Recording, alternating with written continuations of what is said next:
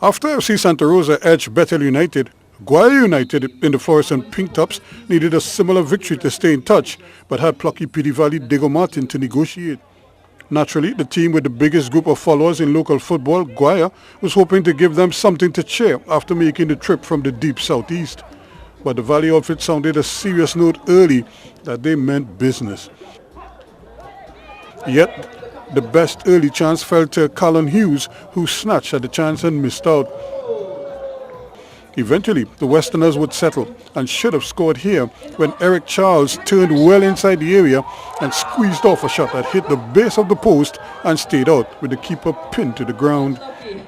Still, Guaya would respond and came close again, only this time the snapshot from Leroy Jones was well covered by Jadel Pone-Lewis in goal for Petit Valley Diego Martin. Back at the other end, Guaya needed their custodian to be ready as Josiah Allain's free kick threatened to break the deadlock before the interval, but it stayed goalless at the half. Among those taken in the action was Karen Pollard, whose love for football is undeniable, but would have been hoping to see some goals. Justin Fornelio almost gave him his wish, but his rocket was slightly off canter. But the game took a turn for the worst when players decided that it was better to take out their frustrations on each other rather than the ball and force the referee to act. No VAR needed here as the referee and his assistant had it covered, and the obligatory red card was shown to David Lendor of the home team and Gavin Samaru of Guaya for their role in the UFC moment.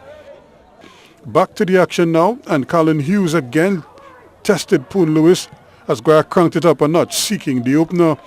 But the physicality of the contest remained throughout, putting the spotlight squarely on the referee, who surprisingly didn't give a free kick here. Needless to say, the Guaya fans were not happy with that scenario. They would have been happier here, only the chance was denied by Pone-Lewis again, who was brilliant throughout. Still, the heavy contact continued as Guaya felt the might of the Western outfit.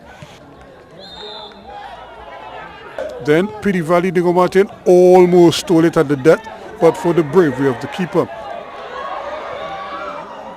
The fans, though, still hoping for at least one goal, and they almost got their wish near the end, but it wasn't to be despite the number of openings.